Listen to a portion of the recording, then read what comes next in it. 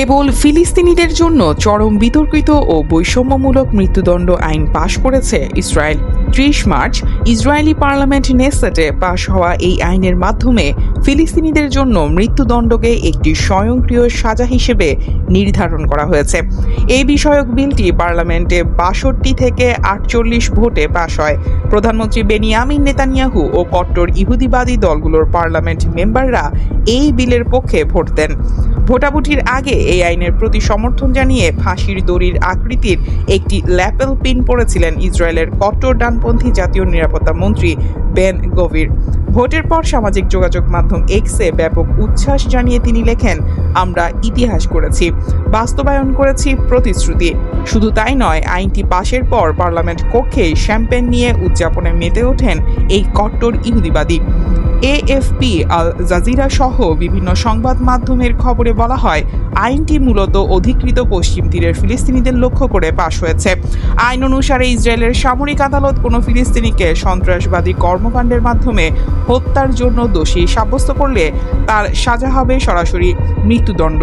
বিশেষ পরিস্থিতিতে সাজা কমিয়ে যাবজ্জীবন কারাদণ্ড করা যেতে পারে। অন্যদিকে একই অপরাধে ইহুদি ইসরায়েলিদের ক্ষেত্রে এই আইন কার্যকর হবে না। নতুন এই আইনে ফাঁসিকে মৃত্যুদণ্ড কার্যকরের পদ্ধতি হিসেবে নির্ধারণ করা হয়েছে। দণ্ডপ্রাপ্ত হওয়ার ৯০ দিনের মধ্যে সাজা কার্যকর করতে হবে। বিশেষ ক্ষেত্রে তা ১৮০ দিন পর্যন্ত বাড়ানো যেতে পারে। মূলত ১৯৫৪ সালে ইসরায়েল খুনের অপরাধে মৃত্যুদণ্ড বিলুপ্ত করেছিল। ১৯৬২ সালে হলোকাস্টের অন্যতম পরিকল্পনাকারী অ্যাডলফ আইখম্যানের পর ইসরায়েলে আর কাউকে মৃত্যুদণ্ড দেওয়া হয়নি। কিন্তু এবারে কেবল ফিলিস্তিনিদের লক্ষ্য করে এই আইন ফেরত আনা হলো। এই আইন পাশের ঘটনায় বিশ্বজুড়ে নিন্দার ঝড় উঠেছে। যুক্তরাজ্য, ফ্রান্স, জার্মানি, ইতালি সহ ইউরোপীয় দেশগুলো গভীর উদ্বেগ জানিয়ে এই পদক্ষেপকে গণতান্ত্রিক নীতির পরিপন্থী বলে অভিহিত করেছে। জাতিসংঘের বিশেষজ্ঞরা বলছেন, এই আইনের আওতায় সন্ত্রাসবাদীর সংজ্ঞা নিয়ে অস্পষ্টতা আছে।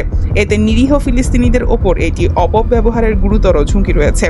ফিলিস্তিনি কর্তৃপক্ষ ও হামাস এই আইনের তীব্র নিন্দা জানিয়ে বলেছে, ফিলিস্তিনি ভূমিতে ইসরায়েলের কোনো সার্বভৌমত্ব নেই। এটি মূলত ইসরায়েলের বিচার বহির্ভূত হত্যাকাণ্ডকে আইনি বৈধতা দেওয়ার চেষ্টা।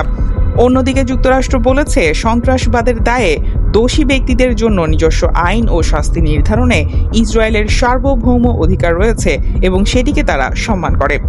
এদিকে association for civil rights in Israel এক বিবৃতিতে জানিয়েছে, বিতর্কিত এই আইন দুইটি আলাদা পথ তৈরি করেছে, যা কাঠামোগতভাবেই ইহুদি অপরাধীদের বাদ দিয়ে ফিলিস্তিনিদের লক্ষ্যবস্তু করে। বিলটি পাশ হওয়ার পরপরই ইসরায়েলের সুপ্রিম কোর্টে আইনটি বাতিলের দাবিতে পিটিশন দায়ের করেছে ইসরায়েলি মানবাধিকার সংগঠনগুলো। এই আইন ইসরায়েলের মৌলিক আইনের বিরোধী বলে বিক্ষোভে ফেটে পড়েছে তারা। News desk, দুতিয়াল।